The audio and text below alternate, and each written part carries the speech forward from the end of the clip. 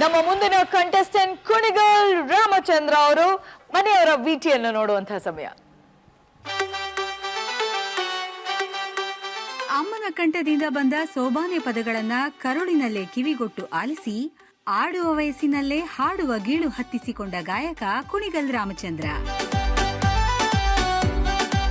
ನನ್ನ ತಾಯಿ ಮರಿಯಮ್ಮ ಜನಪದ ಸೋಬಾನೆ ಪದಗಳನ್ನು ಹಾಡ್ತಾ ಇದ್ರು. ರಕ್ತಗತವಾಗಿ ನನಗೂ ಕೂಡ ಒಂದು ಜನಪದ ಅಂಟ್ಕೊಂತು. ಶಾಲೆಯಲ್ಲಿದ್ದಾಗಲೇ ಪದ್ಯಗಳನ್ನ ರಾಗವಾಗಿ ಹಾಡುವುದರೊಂದಿಗೆ ತನ್ನೊಳಗೊಬ್ಬ ಗಾಯಕ ಇದ್ದಾನೆ ಅನ್ನೋದನ್ನ ಕಂಡುಕೊಂಡು ತನ್ನ ಬದುಕಿನ ಬಂಡಿಗೆ ಸಂಗೀತವನ್ನೇ ಆಸರೆ ಮಾಡಿಕೊಂಡ ಹಾಡುಗಾರ.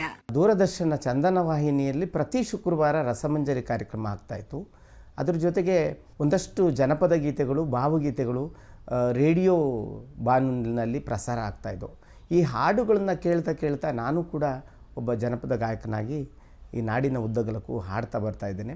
ಗುರುಗಳಾದ ಬಾನಂದೂರು ಕೆಂಪಯ್ಯ, ಅಪ್ಪಗೆರೆ ತಿಮ್ಮರಾಜು ಅವರ ಜೊತೆಗೆ 10 ವೇದಿಕೆಗಳಲ್ಲಿ ಹಾಡಿದ ಅನುಭವ. ಆಕಾಶವಾಣಿಯ ಬಿ ಗ್ರೇಡ್ ಆರ್ಟಿಸ್ಟು. ಜನಪದದಲ್ಲಿ ಒಂದಷ್ಟು ಮೌಲ್ಯಗಳಿದ್ದಾವೆ. ನಮ್ಮ ಜನಪದರು ಏನು ಕಟ್ಟಿದ್ದಾರೆ ಆ ಸಂದರ್ಭಕ್ಕೆ ಅನುಗುಣವಾಗಿ ಕಾಯಕ ಮಾಡ್ತಾ, ಕೃಷಿಯನ್ನ ಮಾಡ್ತಾ ಒಂದಷ್ಟು ಏನು ಜನಪದವನ್ನ ಕಟ್ಟಿದ್ದಾರೆ ಆ ಗೀತೆಗಳು ಮೌಲ್ಯಯುತವಾಗಿದ್ದಾವೆ, ಸಂದೇಶವನ್ನ ಸಾರುವಂತ ಇದ್ದಾವೆ. ಯಾರ ಸಹಾಯನೂ ಕೇಳಲಿಲ್ಲ, 2 ಮಕ್ಕಳು ಕಟ್ಕೊಂಡು ನನ್ನ ಒಂದು ಮಗು ಥರ ತುಂಬ ಚೆನ್ನಾಗಿ ನನ್ನನ್ನು ನೋಡ್ಕೊಂಡು ಬಂದಿದ್ದಾರೆ. ಬಟ್ ನಮ್ಮನ್ನು ನೋಡ್ಕೊಳ್ಳೋ ಸಲುವಾಗಿ ಅವರು ಕೆಲಸ ಬಿಡ್ತಾರೆ. ಜನಪದನೇ ಅವರೊಂದು ಉಸಿರಾಗಿ ಎಲ್ಲೆಲ್ಲಿ ಕಾರ್ಯಕ್ರಮ ಸಿಗುತ್ತೆ ಅಲ್ಲೆಲ್ಲ ಅವರು ಕಾರ್ಯಕ್ರಮಗಳನ್ನ ಮಾಡ್ಕೊಳ್ತಾ ಬರ್ತಾರೆ. Thank you Chandana TV.